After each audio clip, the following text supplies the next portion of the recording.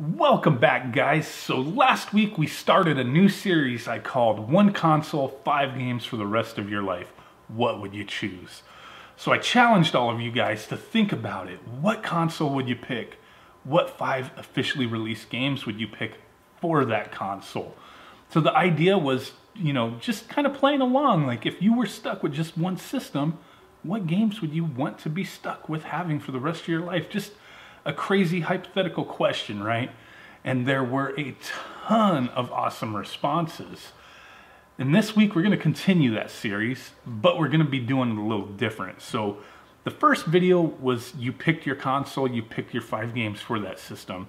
To continue this series, obviously there's different directions we can go, but the way I'm looking at it is why not just pick a console on my end and then throw it at you guys, give you guys my picks, and then I'd like to hear what your guys' picks are. So this week we're going to be looking at the NES. So think about it. If you had an NES, if you played an NES, think about what 5 games could you not live without. For me, it's very challenging to pick just 5. Even on the Super Nintendo, which was what my pick was on the first video, I didn't necessarily pick what my top 5 favorite games were. I picked the games that I knew I would get the most out of. So it's kind of a very tough thing. If it was 10 games, it'd probably be a lot easier to pick those games. But I wanted to continue it and go into the NES.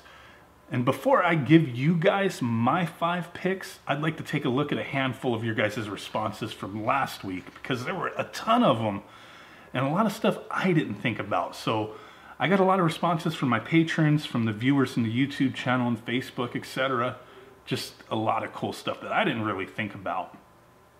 So Phil, one of my patrons, he picked Super Nintendo. A lot of people picked Super Nintendo. And he chose Street Fighter II Turbo. Makes sense. Tons of gameplay there. Mario Kart. Mario Kart's a big one. And I kind of debated on it because Mario Kart, yes, just to play the circuits, fast, quick, easy. You could blast through the game in a day.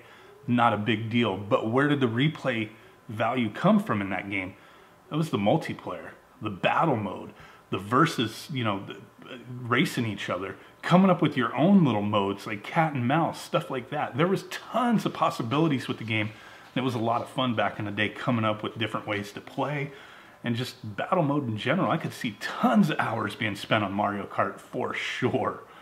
He also went on to pick Donkey Kong Country, Mario All-Stars, that's a given. But I had to say, man, like I cheated and picked Mario World with Mario All-Stars because it was an officially released cart, and a lot of other people picked it as well. And he also picked Super R-Type, so he said it was a hard decision to make, but he covered all his bases for the most part: action, beat 'em up, racing, shoot 'em up, etc. And a lot of people went that direction, getting a little piece from each genre, and it makes sense. Pretty cool stuff. Moving forward, I do have, a lot of people who picked other systems, but Super Nintendo, there was a ton. So Richard Cruz, he picked Sega Genesis. Altered Beast, definitely a favorite of mine on the Genesis. Target Earth, never heard of that game, so I'm going to have to look that one up. World Series Baseball 95, WWF Royal Rumble, and Streets of Rage 2. So a little bit of, variety there, and that's what a lot of people did. Another one of my patrons, he had a response, but he had a follow-up response that I thought was kind of interesting. Dominic Wake, he said, once you complete a game, it's done. Like, that's it. That is perfect. I think there's so many more games to get a new kick from. I remember the gameplay, and don't forget that. I only play more than a completion if it is to level up an XP. Like, there's more to the game. So that's definitely a good response and makes a lot of sense. In the spirit of this is more of like a hypothetical game that we're dealing with here. Pick a console, pick those 5 games. This week, NES. But definitely his response makes sense because a lot of people had a hard time picking. And hey, it definitely was a challenge for sure. A lot of Sega Genesis, a lot of Super Nintendo picks. On the YouTube channel, on the comments, there was a lot of interesting ones. So Country Cletus, he said he knew he was going to get some crap for this one, but he picked the Wii. Surprising, not too many people picked the Wii, but he picked NHL Slapshot, which I've never played, but I heard is a really good game. Guitar Hero Legends of Rock, a lot of replayability with that. Punch-Out, awesome game. Wii Sports and Skylanders. So Wii Sports, to me, that's a definite on the Wii because there's just so much you can do with that. And the multiplayer, playing bowling, I mean, that's what I did with the game. You know, was mostly play bowling. Like people would come over, let's bowl. Pretty fun stuff. So I could see a lot of hours being spent into that. Another response before we go forward and I give you my 5 picks for the NES, Lord Munkus. He said as much as he would love to pick the Genesis or Super Nintendo due to nostalgia, and that there's so many great games for both of those systems, because a lot of people did pick either Super Nintendo or Sega Genesis. Handful kind of, you know, thought outside the box and picked other things, and I thought that was really interesting. But Lord Munkus, he picked the PS4, and the games he chose was The Witcher 3. Too many hours to put into the game to not have it. Makes a lot of sense. A lot of people love The Witcher 3, and you could put a ton of hours into that game. Neo, he says, so much replayability with Diablo-style loot hunting and character builds. Neo, I've never played it, but I actually just picked it up. It's right behind me. I got it for like 15 bucks at Best Buy. Can't wait to try it out. Hopefully I can play it pretty soon. The next one he picked was Nex Machina. I've never heard of this, but he says it kind of fills that Smash TV itch, so I'm definitely going to have to check that one out. Number 4, he picked Monster Hunter World. Very new game, but he says another game with a stupid amount of replayability, and I definitely have to agree there. And then his last one is another newer release, but one of those cheat games, and you could use these Sega Genesis Classics. So he says, yes, this is a cheat game, but it fits the criteria. It was an officially released title. So tons of games on that. Pretty awesome stuff. Tons of awesome responses from you guys. I really appreciate everybody who thought about it and threw a response out there and participated. Hey, it just, you know, keeps that community together here, and a lot of exciting and interesting conversations out there because of it. But right now, let me give you my 5 picks while you guys are thinking about what your 5 picks for the NES would be. So first up, and this was a very difficult list to come up with. My God, I had to think about this one for a lot longer than the Super Nintendo because there's so many games for the NES, but I was trying to figure out what makes the most sense. I need variety, but I also need to have games that I can play a lot of, like the replayability or the amount of time you put into it to complete needs to be there. So first up, I picked Final Fantasy. Final Fantasy was not my first role-playing game on the NES, but it was one of my first. Definitely an awesome game. You know, you get to choose your 4 characters. You could pick whatever character classes you want. You could have all 4 warriors, black mages, white mages. So depending upon how you choose your party in the beginning of the game kind of dictates how the challenge is going to be for the rest of the game. And I always found that intriguing. I played this when it first came out back in the day, or pretty close to when it first came out, and it was just such an amazing game. I was on that Nintendo Power tip line a couple times trying to figure stuff out. It's a fairly simple game, you know, you're fighting the fiends, the Earth Fiend, Fire Fiend, all that stuff, and getting the crystals. It was a fairly basic story, but very interesting and a lot of fun. Building up your characters, you know, getting new weapons, new spells, and all that stuff. And like I said, the challenge was kind of dictated by how you decided on your party. Definitely a fun game that I still enjoy to this day. Next up, my next pick. So this one is just one that I just always loved, and it's not necessarily a game that is long, but I can just sit there and play it all the time, and that's Wampum. So Wampum was a later release on the NES, and it was a game that I had back in the day and was just infatuated by it. I was like, man, this game is like Mega Man, combination of other games, just kind of all rolled into one, and it was just so much fun. It was kind of altered for the US release. In Japan, it was Sayuki Journey to the West 2, I believe is the name of it. And I actually have the Japanese cart of it. They changed some of the graphics up. I guess they figured we wouldn't really relate to the Monkey King and all that kind of stuff. So the US version, they changed him to a Native American boy, and you know, it was kind of weird. You know, they changed some of the enemy graphics and whatnot, but it was still a lot of fun. You can grind it out a little bit, build up your health, get more potions and stuff like that. And you know, you gained the boss's ability once you beat him. And really, it wasn't exactly like Mega Man because you could just beat the game without using those abilities until you got to the last level.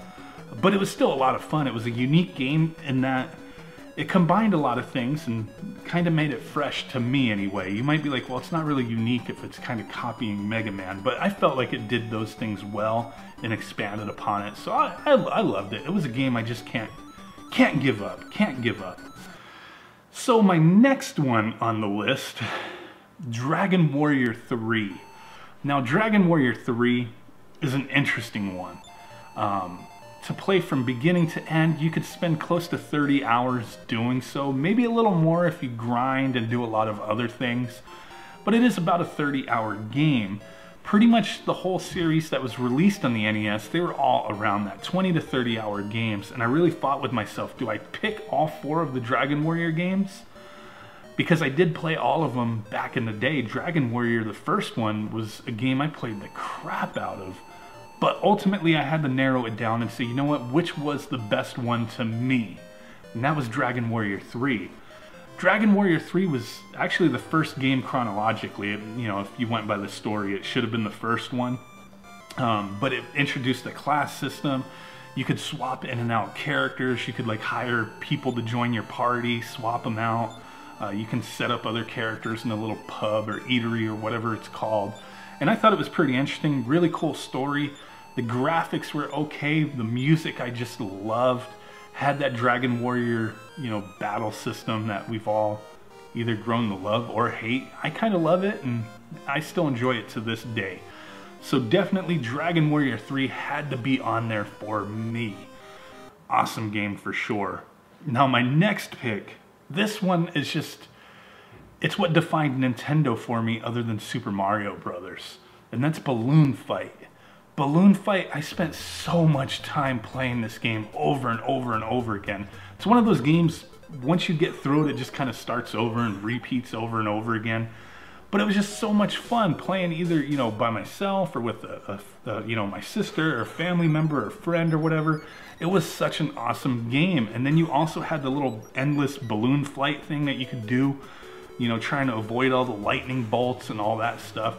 Really awesome game, very simple. And yeah, it's not a long game, but it's just one of those ones that, to kind of mix it up and keep it fresh, I wanted to have in my mix of games.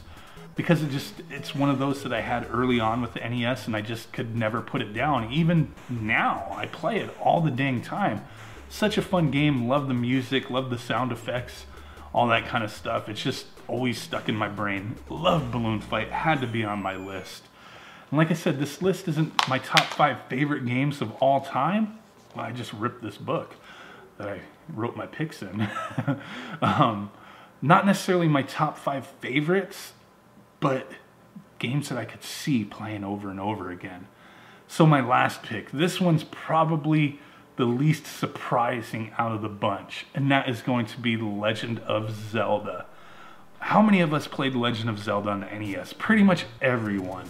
And for me, it was one of the first games that just kind of opened it up and you realize, like, wow, games can really be something different, can be huge, can be a whole different adventure, not from point A to B like Super Mario Brothers. You know, you start in the beginning, you get to the end, and that's it. Legend of Zelda was one of the first games that really got me, like, stuck on a game to where I was like, wow, this is really deep. Like, you really felt like you were part of that game because you had so much control over what you did. So many secrets to find, so many little nooks and crannies to explore, finding the different, you know, dungeons and temples and all that stuff. And it was just an amazing game. And the scope of it was huge. Maybe not so much now, but back then when you first played The Legend of Zelda, that game was humongous to you. It was like, does this game ever end? How big is this world? It was an amazing time, and it still holds up to this day, in my opinion. And it had to be one of my picks. It just had to be. So, really hope you guys participate in this. Throw down your top 5 picks for the NES. These aren't hidden gems. These aren't top 5 favorite games. These are the 5 games you would pick if you only had an NES for the rest of your life with no access to any other system or any other games. I think it's a different approach to a top 5 list. Especially, like I said, these aren't my top 5 favorite games. They're awesome games to me anyway, but really want to hear what you guys think. So smash that like button if you could, subscribe, do all that cool stuff. Follow me on Twitter. We're starting that up. We're going to be doing some giveaways there. And with that said, guys, thank you. Appreciate it. And I will catch y'all next time. Peace out. Bye-bye.